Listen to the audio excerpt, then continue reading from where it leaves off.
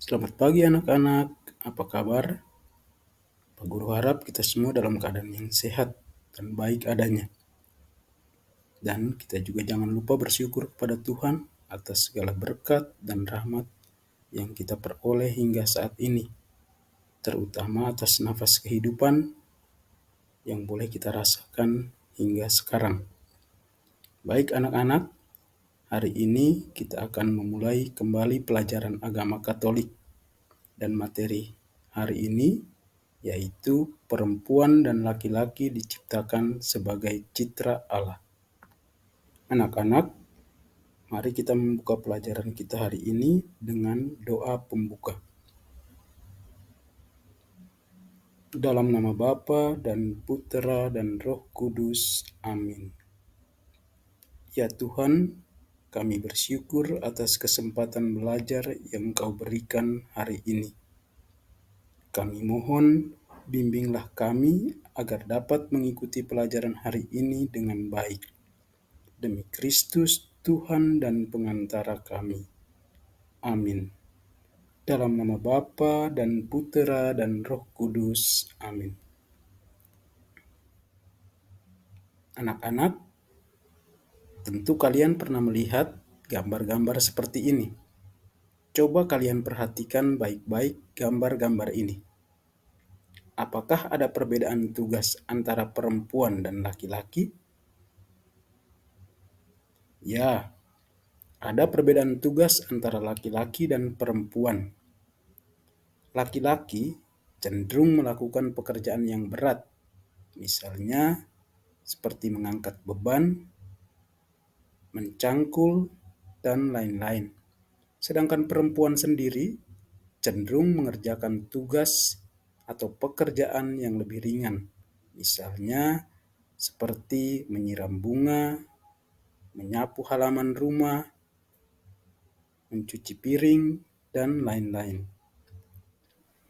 Anak-anak, tentu kalian bertanya, mengapa ada perbedaan tugas antara perempuan dan laki-laki? Adanya perbedaan tugas antara perempuan dan laki-laki karena secara umum masyarakat berpandangan bahwa laki-laki dan perempuan memiliki perbedaan fisik, perbedaan psikis atau kejiwaan, dan perbedaan kodrati. Dan karena adanya perbedaan-perbedaan itu, maka laki-laki dan perempuan harus saling melengkapi satu sama lain. Sekarang mari kita melihat bersama-sama contoh dari perbedaan fisik, perbedaan psikis, dan perbedaan kodrati antara perempuan dan laki-laki. Perbedaan fisik perempuan dan laki-laki contohnya perbedaan suara, perbedaan bentuk tubuh, perbedaan organ kelamin, dan lain-lain. Contoh perbedaan psikis adalah perbedaan emosi, perbedaan tugas, perbedaan peran, dan lain-lain. Perbedaan kodrati, misalnya hanya perempuan yang dapat mengandung, melahirkan, dan menyusui. Namun perlu diingat, tanpa laki-laki, perempuan tidak mungkin memiliki kemampuan-kemampuan itu. Lalu, bagaimana pandangan kitab suci tentang hal ini? Mari kita membuka bersama Kitab Kejadian bab 1 ayat 26 sampai 28. Berfirmanlah Allah, baiklah kita menjadikan manusia menurut gambar dan rupa kita, supaya mereka berkuasa atas ikan-ikan di laut dan burung-burung di udara dan atas ternak dan atas seluruh bumi dan atas segala binatang melata yang merayap di bumi. Maka Allah menciptakan manusia itu menurut gambarnya. Menurut gambar Allah diciptakannya dia, laki-laki dan perempuan diciptakannya mereka. Allah memberkati mereka, lalu berfirman kepada mereka, beranak cuculah dan bertambah banyaklah. Penuhilah bumi dan taklukkanlah itu. Berkuasalah atas ikan-ikan di laut dan burung-burung di udara dan atas segala binatang yang merayap di bumi. Dari bacaan yang telah kita baca bersama-sama, Allah menciptakan perempuan dan laki-laki dengan maksud tertentu. Maksud Allah menciptakan perempuan dan laki-laki yakni adanya perempuan dan laki-laki adalah kehendak Allah dan itu baik adanya. Yang kedua, citra Allah tidak terwujud dalam diri laki-laki atau perempuan saja, tetapi dalam diri laki-laki dan perempuan. Yang ketiga, perempuan dan laki-laki harus bekerja sama untuk mewujudkan rencana Allah. Yang keempat, perbedaan perempuan dan laki-laki, baik itu secara fisik, psikis, dan kodrati, menunjukkan bahwa kita semua tidak lengkap dan perlu dilengkapi. Dari sinilah muncul kerjasama, saling menolong, toleransi, rela berkorban, sehingga kita semua bisa menunjukkan sifat-sifat citra Allah itu sendiri. Yang kelima, perempuan dan laki-laki memiliki martabat yang sama dan diberikan Allah sendiri sebagai citra Allah. Yang keenam, dalam pandangan Kristiani, baik itu perempuan maupun laki-laki memiliki kekhasannya masing-masing. Dan oleh karena itu, maka perempuan dan laki-laki harus bekerja sama dan saling melengkapi.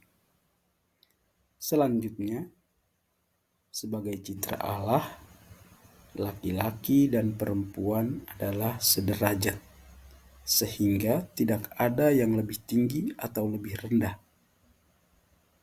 Laki-laki dan perempuan memiliki tanggung jawab yang sama dalam mewartakan kasih dan kebaikan Tuhan dengan cara rajin merawat diri, selalu mengembangkan diri, menjaga diri sebaik mungkin, dan senantiasa bersyukur dan merasa bangga terhadap dirinya sendiri.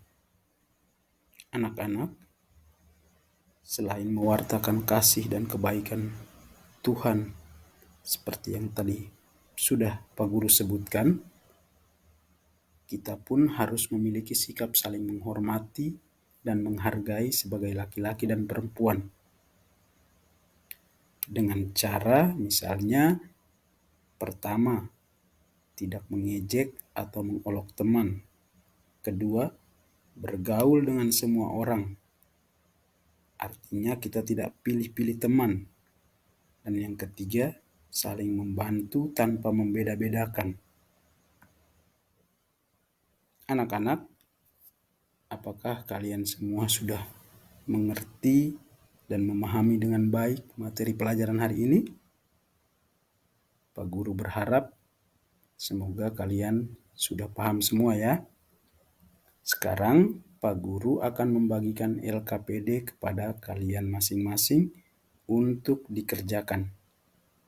LKPD ini bertujuan untuk mengetahui pemahaman kalian atas materi yang baru saja kita dalami bersama tadi. Semoga kalian dapat mengerjakan LKPD ini sebaik mungkin. Pak Guru ucapkan selamat bekerja dan Tuhan Yesus memberkati. Anak-anak, kita sudah sampai di akhir pelajaran hari ini. Apakah ada yang ingin bertanya? Oh, tidak ada ya. Karena tidak ada, mari kita menutup pelajaran kita hari ini dengan doa penutup.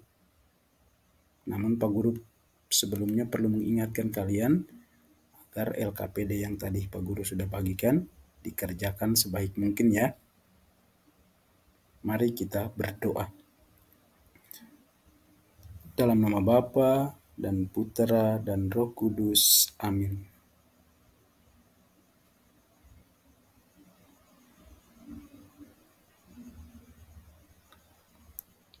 Berdoa selesai.